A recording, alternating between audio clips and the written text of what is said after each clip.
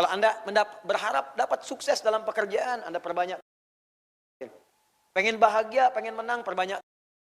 Kata Allah, saya ingin berikan kemenangan kepadamu. Saya ingin kamu sukses. Maka inilah kata Allah yang orang yang berhak.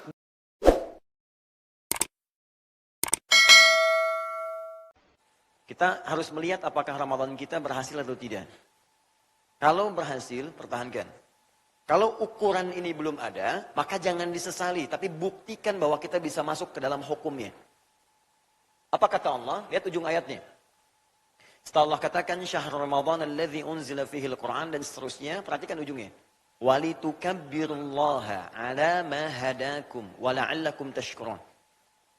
Setelah kalian berlatih puasa, Allah, setelah kita jalani ibadah itu, kata Allah, maka di penghujung akhir Ramadan, akan masuklah kepada hari baru, di awal bulan Syawal itu, yang kita kenal dengan Idul Fitri, kata Allah, ada ibadah pertama yang kita sampaikan. Perbanyak takbir. Takbir, takbir, takbir, takbir. Allahu Akbar, Allahu Akbar, Allahu Akbar. Karena itu orang selesai Ramadan, begitu masuk maghrib, dia takbir. Allahu Akbar, Allahu Akbar, Allahu Akbar. Sampai Isya ada takbir keliling. Bahkan kaset ikutan takbir itu kan. Orangnya jalan, kasetnya takbir ya. Baik, yang masuk surga Sony-nya gitu. Nah, kemudian takbir, takbir, takbir, takbir. Sampai besoknya, sampai Idul Fitrinya. Nah, persoalannya adalah, takbir ini kan ada gambaran dari satu kemenangan. Gambaran dari satu kesuksesan. Ya, menang, sukses, bahagia. Jadi kalau orang mendapatkan kemenangan, dapat kesuksesan, dapat kebahagiaan. Itu umumnya dalam Al-Quran dan Hadis, ungkapan tiga hal ini diungkapkan dengan takbir. Jadi kalau Anda berharap dapat sukses dalam pekerjaan, Anda perbanyak takbir, takbir, takbir. Pengen bahagia, pengen menang, perbanyak takbir. Karena itu perhatikan, masih ingat ibadah apa yang kita lakukan setiap hari yang nggak boleh ditinggalkan? Salat. Ingat ya? Salat. Perhatikan baik-baik. Bukankah saat awal salat kita bertakbir? Bukankah panggilan salat dibuka dengan takbir? Azan, Allahu Akbar, Allahu Akbar. Nah, sekarang saya berikan rahasia penting. Perhatikan baik-baik. Dalam bahasa Arab, kemenangan, kesuksesan, kebahagiaan, itu katanya cuma satu. Namanya falah. Falahun. Hayya 'alas shalah. Ayo salat. Kenapa saya salat? Hayya 'alal falah. Kata Allah, saya perintahkan kamu salat bukan supaya kamu capek. Yang dituntut bukan sujud rukunya. Semua nggak sujud, nggak ruku, tetap tidak akan menurunkan status Allah sebagai Tuhan. Allah nggak butuh. Tapi kenapa kita salat? Kata Allah, saya ingin berikan kemenangan kepadamu. Saya ingin kamu sukses. Saya ingin kamu bahagia. Makanya setiap kita salat, itu semua kalimatnya doa. Doa minta tenang, doa minta sukses, doa minta bahagia. Coba ketika teman-teman duduk di antara dua sujud. 8 permintaan. Rabbil firli war, hamni wajburni war, fa'ni war, zukni, dan seterusnya. Bukankah di situ ada minta rizki, minta sukses, minta tenang, minta rahmat, minta ampunan, ini semuanya. Makanya ketika dipanggil sholat, hayya 'alal falah, ini yang ingin diberikan. Tapi yang mau saya sampaikan adalah, ada satu ibadah berlangsung selama sebulan, yang kata Allah saking suksesnya orang ini, maka diminta ungkapkan kebahagiaan itu dengan mengatakan takbir. Allahu Akbar, Allahu Akbar, Allahu Akbar. Hanya persoalannya, siapa orang sukses ini? Ternyata ada dua sifat. Ada dua sifat, ada dua ciri. Teruskan ayatnya. Ala ma hadakum. Saya cepat. Pertama, golongan yang berhak bertakbir. Dan takbirnya benar dalam pandangan Allah. Jadi nanti ada orang yang ketika Idul Fitri, itu sekedar takbir. Tapi tidak punya dua sifat ini. Bahkan ulama membuat ungkapannya sangat indah. Kata ulama, laisal idu liman labisal jadid. Id itu bagi orang takbir bukan sekedar takbir yang cuma bawa pakaian baru. Walakinnal ida liman taqwahu yazid. Tapi id itu akan ditampilkan dalam ciri-ciri berikut dalam Al-Quran yang takwanya itu bertambah.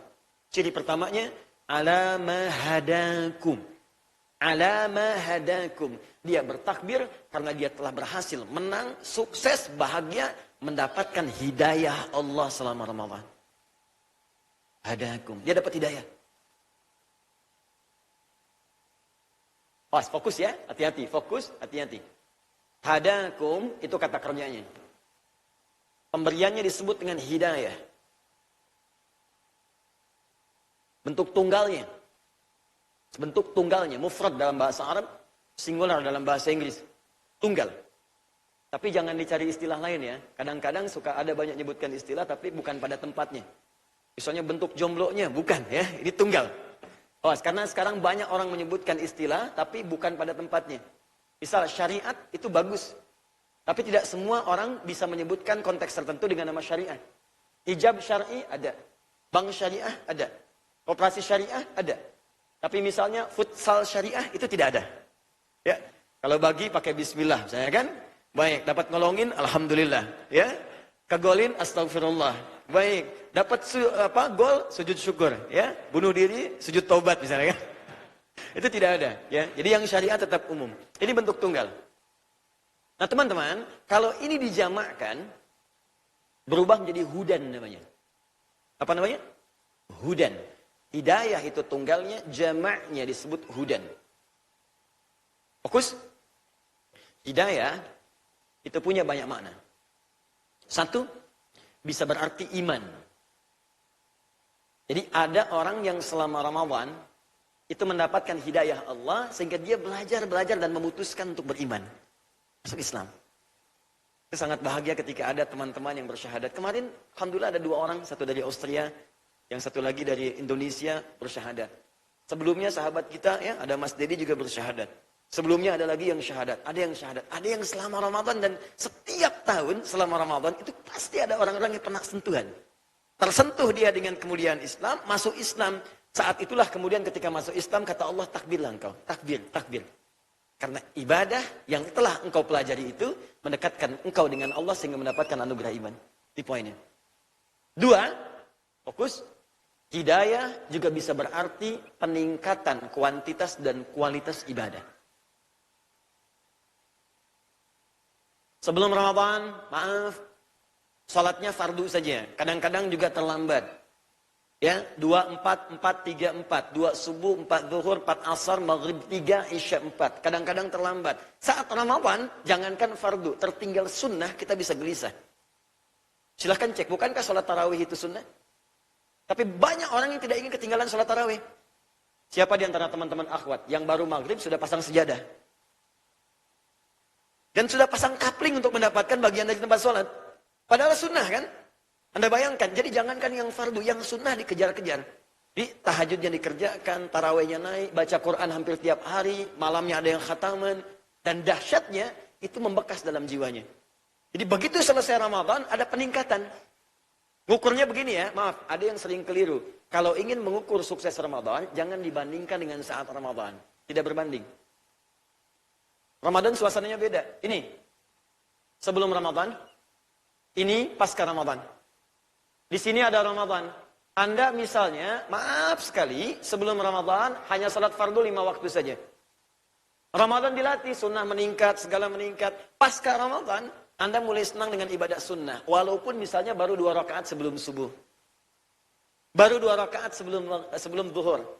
Ada yang tambah jadi 4. Ada yang tambah dengan ba'diyah maghribnya. Kalau ada perubahan dibandingkan dengan sebelum Ramadan, tandanya ada keberhasilan. Meningkat ibadahnya. Meningkat kualitasnya. Maka inilah kata Allah yang orang yang berhak bertakbir dan memperbanyak takbirnya. Dimohon izin kalau selama ini setelah sebulan meninggalkan Ramadan, kita Idul Fitri bertakbir, Allahu Akbar, bajunya bagus, makanannya banyak yang baru, ya, dan sebagainya. Tapi pada sampai detik ini, peningkatan ini belum terjadi, ibadah belum meningkat, kualitas belum bagus, maka ada yang perlu kita buktikan mulai saat ini. Jangan menghukumi saya gagal, bukan. Caranya, mulai hari ini, kita buat kurikulum ke depan. Saya harus buktikan saya berhasil.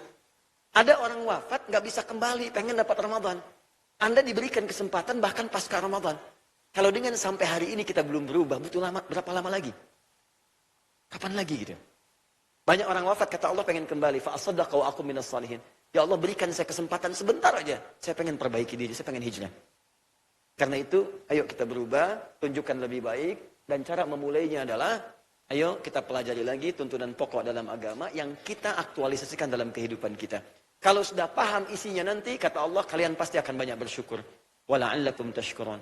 Dan di antara pokok itu, ada yang sangat terkait erat antara ibadah dengan kehidupan kita, yaitu ibadah salat.